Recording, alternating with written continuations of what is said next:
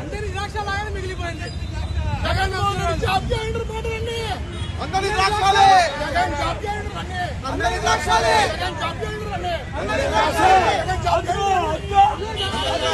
జనవరి 24 వచ్చింది.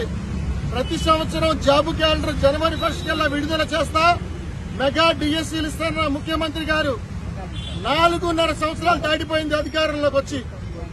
మరో 90 రోజుల్లో ఎన్నికలు సమీపిస్తున్న తరుణంలో ఇప్పటికన్నా జాబ్ క్యాలెండర్ ఇస్తాడేమో, యుద్ధ ప్రాతిపదికన పోస్టులు భర్తీ చేస్తాడో అని ఆంధ్రప్రదేశ్ లో నిరుద్యోగులు కళ్లకు కాయలు కట్టినట్టు ఎదురు చూస్తే ఇప్పటికి జనవరి 1 వచ్చినా జాబ్ క్యాలెండర్ లేదు.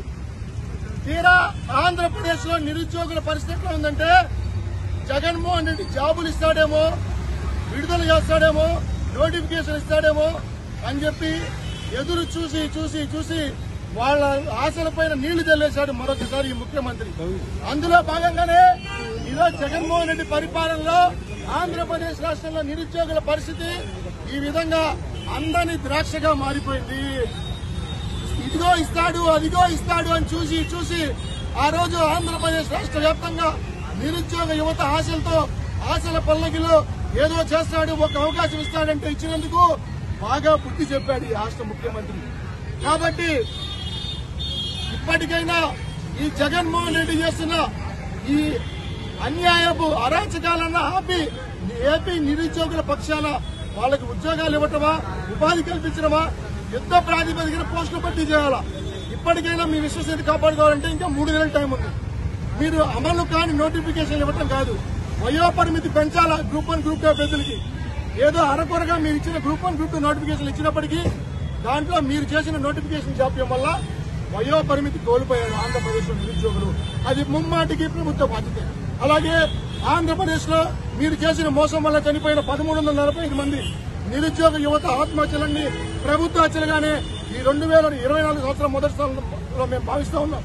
అందులో భాగంగా ఇలాంటి అందరి ద్రాక్ష కాకుండా ఆంధ్రప్రదేశ్ లో నిరుద్యోగులు న్యాయం చేయాలని కూడా తెలియజేసి డిమాండ్ చేస్తాం. అధికారంలో రావడం కోసం ఆ రోజు ప్రతిపక్ష హోదాలో ఉన్నప్పుడు నేను మరి అధికారంలోకి వస్తే నిరుద్యోగ యువతకు పర్మనెంట్ ఉద్యోగాలు తీస్తాను, పెద్ద ఎత్తున తీస్తానని చెప్పి ప్రగల్భాలు పలికిన ఈ ముఖ్యమంత్రి జగన్మోహన్ రెడ్డి మరి తీరా అధికారంలోకి వచ్చిన తర్వాత నోటిఫికేషన్ అంటే అదేంటని అడుగుతున్నాడు. అంత వెటకారం అయిపోయింది నిరుద్యోగుల జీవితాలంటే. దాదాపుగా మరి చూసుకుంటే ఉద్యోగాల యొక్క మరి వాళ్ళ నిరాశతో 1345 మంది ఆత్మహత్యలు చేసుకున్న నిరుద్యోగులు కేవలం బీసీ, ఎస్సీ, ఎస్టీ, మైనార్టీ వర్గాలకు చెందిన వారంటే మరి ఎంత దారుణంగా ఉందో. బడుగు బలహీనుల జీవితాలంటే మరి జగన్మోహన్ రెడ్డికి హాస్యాస్పదం అయిపోయింది.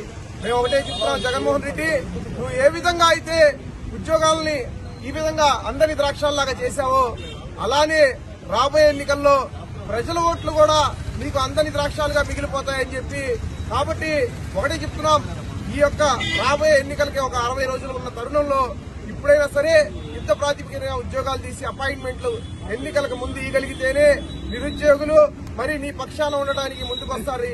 లేదంటే తప్ప మేము తెలుగు యువత ఆధ్వర్యంలో పెద్ద ఎత్తున ఉద్యమించి మరి ఏదైతే సమాజంలో నీ ద్వారా ఉద్యోగాలు వస్తాయని నమ్మి మోసపోయిన బీసీ, ఎస్సీ, ఎస్టీ, మైనార్టీలకు చెందిన నిరుద్యోగుల తరఫున పోరాడి ప్రతి ఒక్కళ్ళకి న్యాయం జరిగే వరకు కూడా వెంటాడతామని, మీ యొక్క తాడేపల్లి ప్యాలెస్ ని దిగ్బంధనం చేస్తామని చెప్పి హెచ్చరిస్తూ మీకు రాబోయే రోజుల్లో ఓటమి తప్పదని తెలియజేస్తున్నాం.